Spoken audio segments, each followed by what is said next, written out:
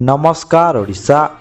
आज होची एप्रिल मास 7 तारिख मंगलवार। आउ आजिर पाणीपाग अपडेट आसी जाइछि। तेबे भिडियोटी आरंभ करिबा पूर्वरु समस्तंकु गोटिए रिक्वेस्ट, आमर चैनल को सब्सक्राइब करिबा सहित पाखरे आसुतिबा बेल आइकन को ऑन करिबा को जम्मारु भूलंतु नाही। ओडिशा रे काल बैसाखीर तांडव, खरा सांगकु झड़ वर्षार अलर्ट। राज्य रे एबे प्रचंड गरम सांगकु पाणीपागर विचित्र रूप देखिबाकु मिलुछि। दिन रे असह्य ताती अनुभूत हेउथिबा बेले अपराह्न परे पाग बदली कालबैशाखी जनित जड़ वर्षा और वज्रपात हेउछि। आंचलिक पाणीपाग विभागर सूचना अनुसार आसंता 9 तारिख पर्यंत राज्य रे एही परिस्थिति जारी रहिबो। आज पाई 11टी जिल्ला को ऑरेंज वार्निंग एवं 19टी जिल्ला पाई येलो वार्निंग जारी करा जायछि।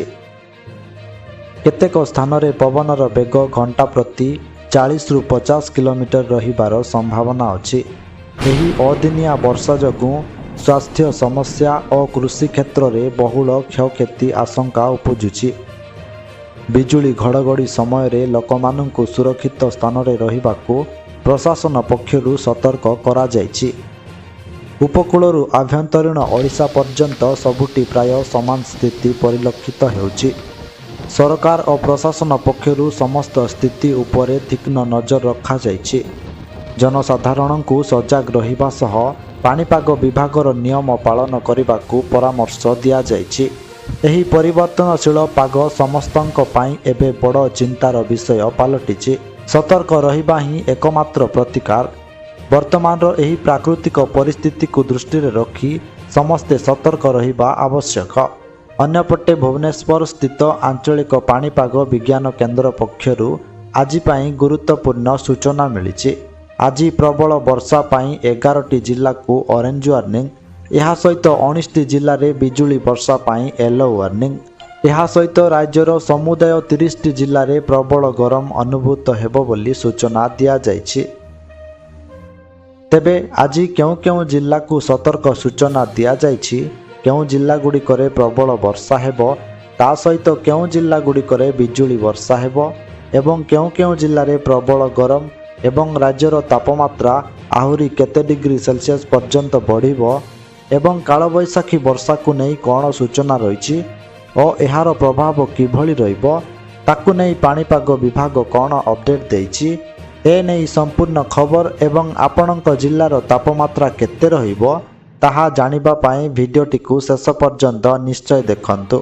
ता सहित चैनल रे नुआ करी आसीथिले आम चैनल जी न्यूज अपडेट को एबे ही सब्सक्राइब करी पाखरे आसुतिबा बेल आइकन को ऑन करी रखंतु।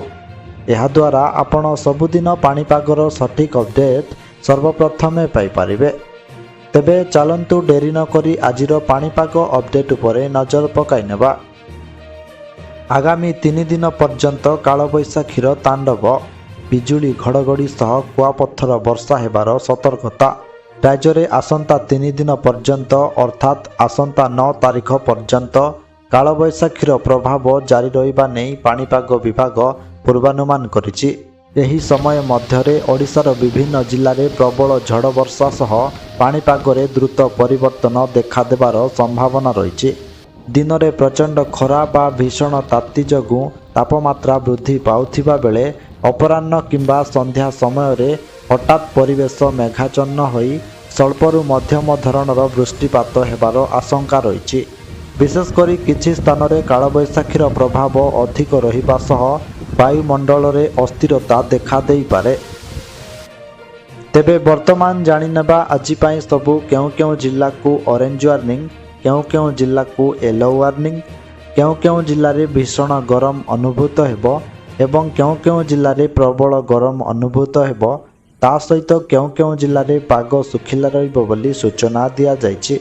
तेबे प्रथमे जानिबा जेउ 11टी जिल्ला को ऑरेंज वार्निंग जारी करा जायछि, उक्त 11टी जिल्ला रे प्रबल वर्षा हेबो, ता सहित बिजुली घड़घड़ी हेबा सहित एही सबु जिल्लार विभिन्न स्थान रे कुआपत्थर माड़ हेबार संभावना रहिछि एवं वर्षा समय रे 50 रु 60 किलोमीटर बेगरे झटका पवन बहिबो बोली କହିଛି ଆଞ୍ଚଳିକ ପାଣିପାଗ ବିଜ୍ଞାନ କେନ୍ଦ୍ର।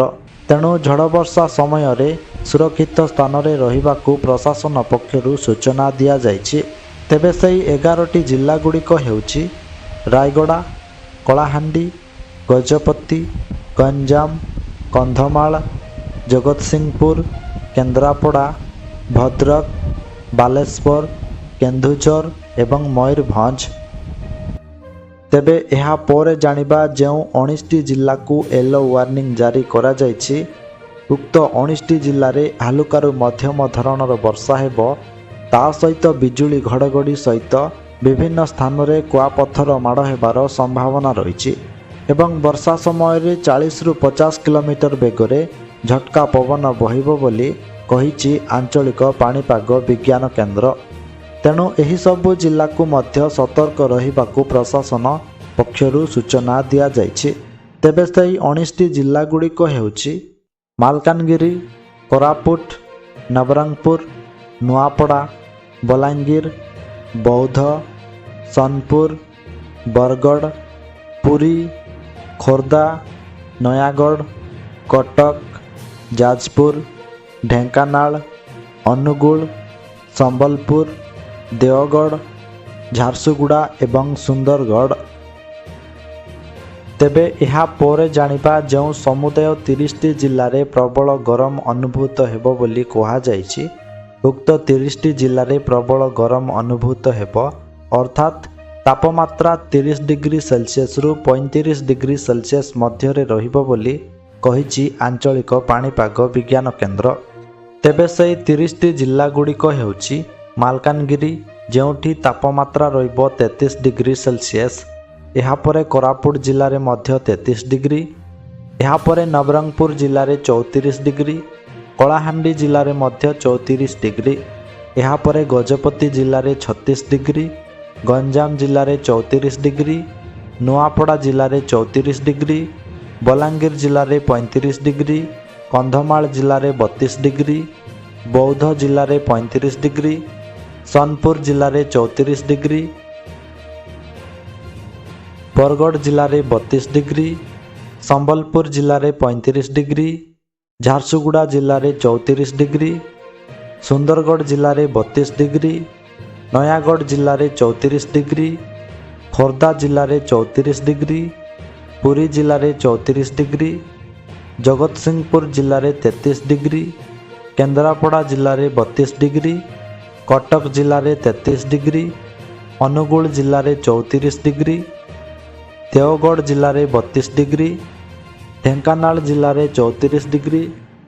ଏହାପରେ ଯାଜପୁର ଜିଲ୍ଲାରେ 32 ଡିଗ୍ରୀ ଏବଂ ଭଦ୍ରକ ଜିଲ୍ଲାରେ ମଧ୍ୟ 32 ଡିଗ୍ରୀ। ଏହାପରେ ବାଲେଶ୍ୱର ଜିଲ୍ଲାରେ 35 ଡିଗ୍ରୀ, କେନ୍ଦୁଝର ଜିଲ୍ଲାରେ 33 ଡିଗ୍ରୀ ଏବଂ ଏହାପରେ ମୟୂରଭଞ୍ଜ ଜିଲ୍ଲାରେ 32 ଡିଗ୍ରୀ ସେଲସିୟସ ତାପମାତ୍ରା ରହିବ। ତେବେ ଦର୍ଶକ ବନ୍ଧୁ, ଏହା ଥିଲା ଆଜିର ସମ୍ପୂର୍ଣ୍ଣ ପାଣିପାଗ ଅପଡେଟ୍। ସବୁଦିନ ଏହିପରି ପାଣିପାଗ ଅପଡେଟ୍ ଜାଣିବା ପାଇଁ ଆମର ଚ୍ୟାନେଲ ସହିତ ଯୋଡ଼ି ହୋଇ ରୁହନ୍ତୁ। ଆଉ ଆପଣ କେଉଁ ଜିଲ୍ଲାରୁ ଏହି ଭିଡ଼ିଓ ଦେଖୁଛନ୍ତି ଏବଂ ଆପଣଙ୍କ ଜିଲ୍ଲାରେ ପାଗ ଓ କାଳବୈଶାଖୀର ପ୍ରଭାବ କିଭଳି ରହିଛି କମେଣ୍ଟ ବକ୍ସରେ ନିଶ୍ଚୟ ଜଣାନ୍ତୁ। ଭିଡ଼ିଓକୁ ଗୋଟେ ଲାଇକ୍ କରିବା ସହିତ ଅନ୍ୟମାନଙ୍କ ସହିତ ମଧ୍ୟ ସେୟାର କରନ୍ତୁ, ଯାହାଫଳରେ ସମସ୍ତେ ସଠିକ୍ ପାଣିପାଗ ସୂଚନା ପାଇପାରିବେ। ଆସନ୍ତାକାଲି ପୁଣି ଦେଖା ହେବ ଏକ ନୂଆ ଅପଡେଟ୍ ସହିତ। ସେ ପର୍ଯ୍ୟନ୍ତ ବିଦାୟ ଦିଅନ୍ତୁ।